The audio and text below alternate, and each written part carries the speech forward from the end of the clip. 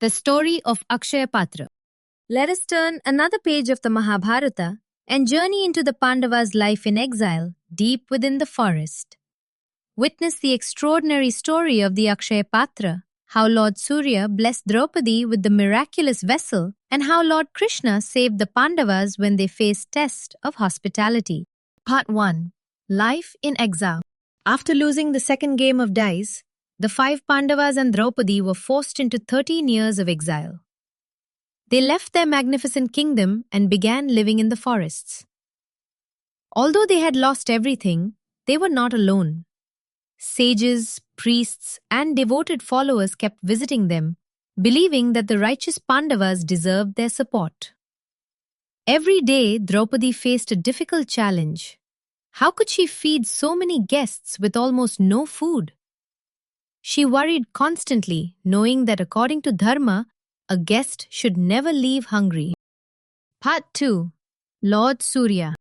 Seeing Draupadi's distress, Yudhishthira sought the guidance of sage Dhaumya. The sage taught him Surya Ashtattara Shatanamavali Stotram and advised him. Pray sincerely to Lord Surya, the sun god. Chant the stotram. He is the source of all nourishment and life.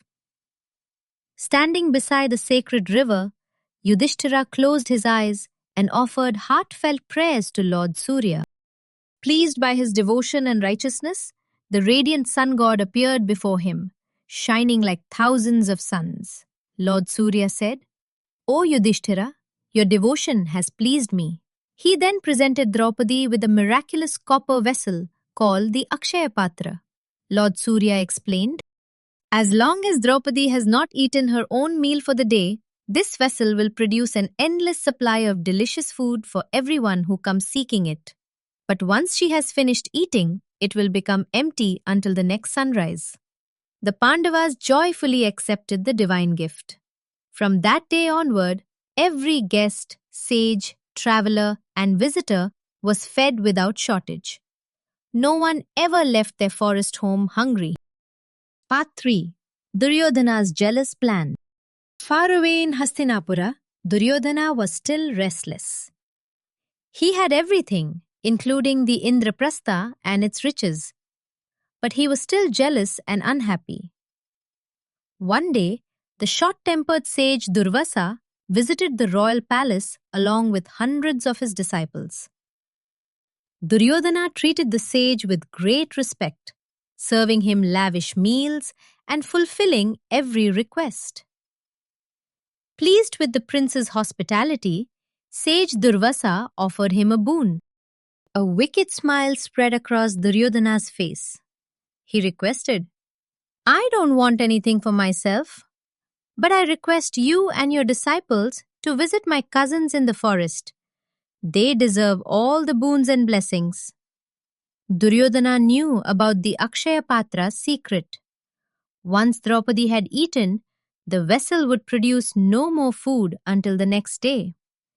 If the Pandavas failed to feed the famous sage and his hundreds of disciples, Durvasa's terrible anger would surely curse them.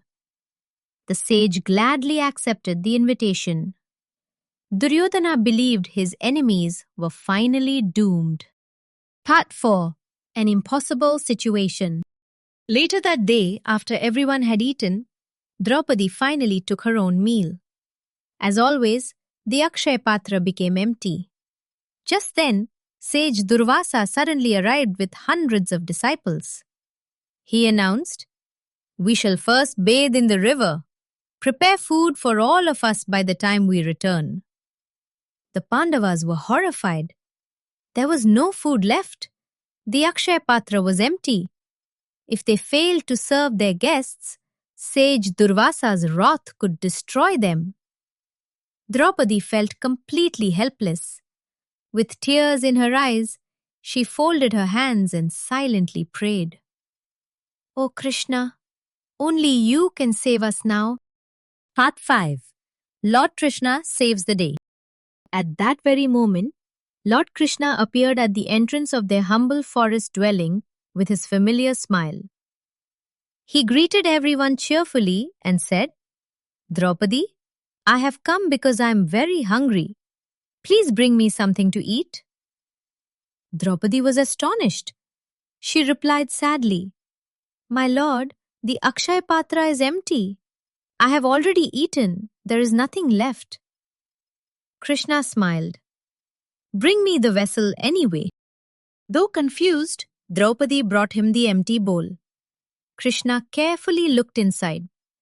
Stuck to the side of the vessel was a single grain of rice. With great satisfaction, Krishna picked up that tiny morsel and ate it. Closing his eyes, he declared, May this meal satisfy the entire universe. Part 6. The Miracle. At that very moment, sage Durvasa and his thousands of disciples were bathing in the nearby river. Suddenly, each of them felt completely full, as though they had just eaten a magnificent feast. Not only were they satisfied, they felt so full that they could not eat another bite.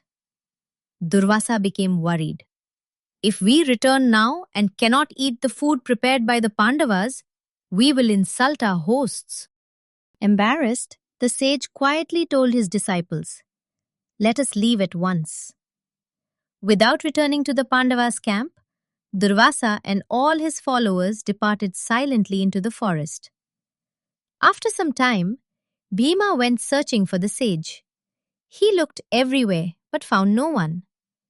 The visitors had completely disappeared. Krishna smiled knowingly. The danger had passed. Final part.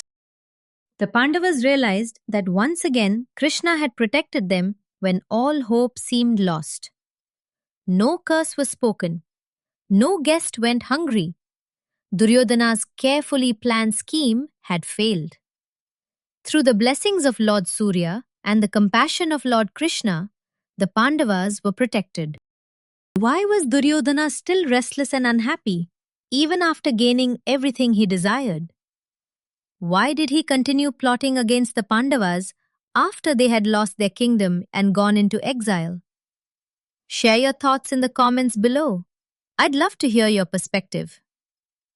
If you like the story and narration, don't forget to like, comment, and subscribe to my channel Queen of Tales 007. And wait for the next fascinating tale. Thank you and take care. The end.